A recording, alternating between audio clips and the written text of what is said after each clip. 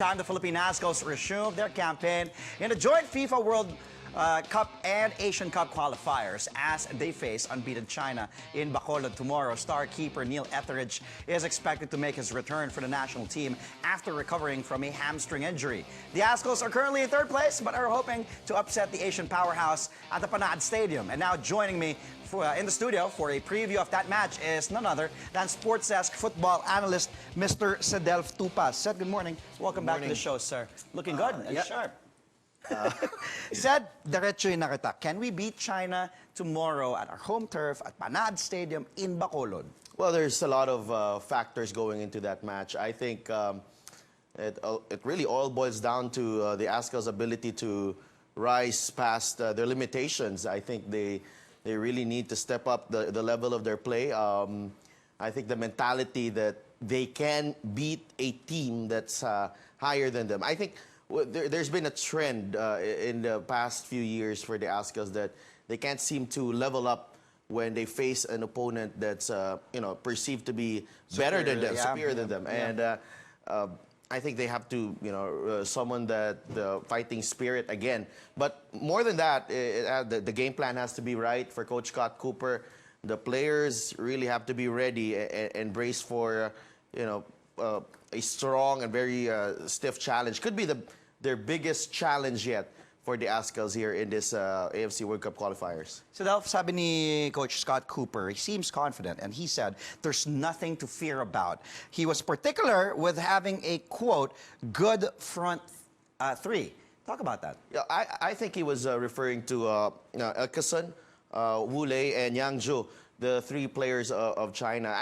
I gotta take it to Coach Scott Cooper. Gotta admire his courage here and being bold with his statement. I think it really helps his team to come out and really show no fear against an opponent that's actually ranked number 68 in the world. The mentality is already there. If you want Coach Scott Cooper to share that to his team, that is really what his message is to his team. But for China, I think it is going to be very tricky. It is going to be very difficult. They beat Guam 7-0 in Guangzhou just a few days ago, and he was referring to Elkeson, Wu Lei, and Yang Zhu, who all scored in that game. And in the previous game, Elkeson also scored. So these three players, if they keep them somehow in check, I think they'll have a good chance of pulling off an upset. China has beaten the Philippines 3 times in the last 2.5 years. Last time we faced them, the score was 2-0. It was in Guangzhou. Talk about how good this Chinese side is. What makes China so good? I think more than anything else, it has to be the experience of playing in the upper tier of Asian football and also playing against the world powers. They also have a very good coach in Marcello Lippi, who won the World Cup in 2006 for Italy. He was the coach of that team. And, they are consistent, as you mentioned, playing in the higher level in Asia.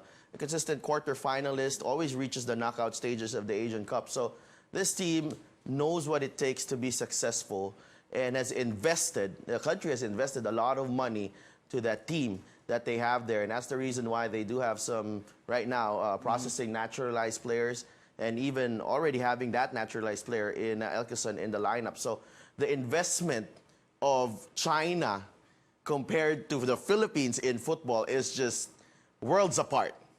So even in the league, in the Chinese Super League. So if you put that into comparison, I think that's what makes them so good. That's just, China is just adores football. It's it's their #1 sport, really, more than basketball. Well, Wu Lei and sabi mo nga si Elkeson, they have been really consistent.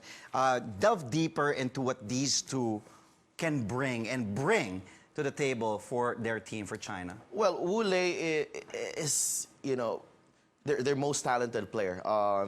He's creative. He has flair. He's very good on the ball technically. Really can break down the defense, and you have to look out really for his speed. And he has an eye for goal as well. He scored 2 goals against the Azkals in the Asian Cup, so he's very familiar with the way the Azkals play and the way those weaknesses in defense. He knows that. As for Ekison, he is a proven goal scorer, so you may not see him, he may not be involved a lot in the game, but when a chance is there, he'll take it. He can punish those mistakes in the defense. So these two players, when they work well together, and also with Yang Zhou, who scored 4 goals against Guam, they can really cause problems. And I think if the Philippines and the Azkals don't do their homework and don't do their job and follow their game plan, I think either one of these three will find the back of the net tomorrow in Panad. Neil Etheridge is returning from injury. He last played for the Azkals. That was way back in March. I spoke to him on the phone. He's excited to be back with the team. You think he will provide that big boost the Azkals need against a tough Chinese squad? Well, when you have Neil Etheridge there, it gives you, his mere presence gives you a lot of security, a lot of assurances at the back, and he's a big voice in there in that team. Probably right now the most, longest tenured player in the team since most of the young husband brothers are no longer there. So he provides that big match experience and also the Premier League experience. So this guy is unfazed with the quality of the opposition because he's faced some of the best players in the world. That's right. So Neil will do his job. You expect him to do his job. He needs to have probably a spectacular game.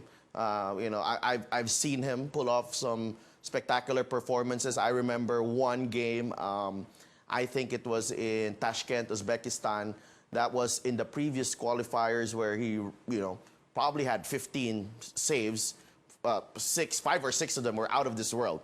So he needs that type of game again to lift the Azkals to probably getting something here against China.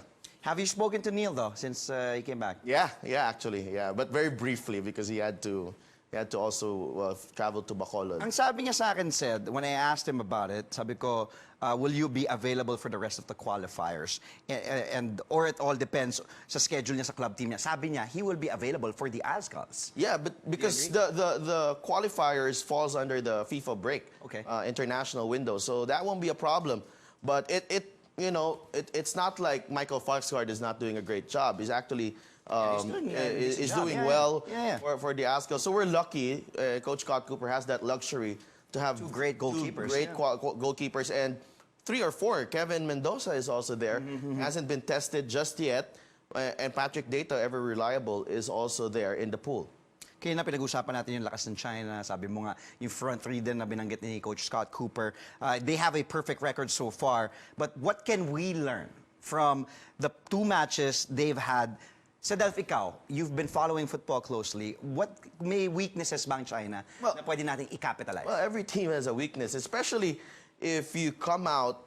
I think the Azkals need to worry more about themselves. And their performance, because if they come out very aggressive, they won't allow China to bully them in Panad. That's just really a pun intended, but they have to really come out strong against China. I think that will set the tone. First 20 minutes on how they'll approach this game. Same way that they approached the game against Syria in the first 20 minutes, where they really pushed Syria, really put pressure on the ball and tried to win fouls and on set pieces, and that gave them their first goal actually against Syria. And so maybe they can build on those first 20 minutes against Syria and capitalize on China. Maybe use a bit of physicality against China and just letting them know that they're there and they want to get those 3 points. Sadelf, as always, a pleasure having you here on the show. Talking about football, the best of luck to the Azkals more. Thank you, sir. Good to see you again. Again, we just had Sports Desk football analyst, one and only Mr. Sadelf Tupas.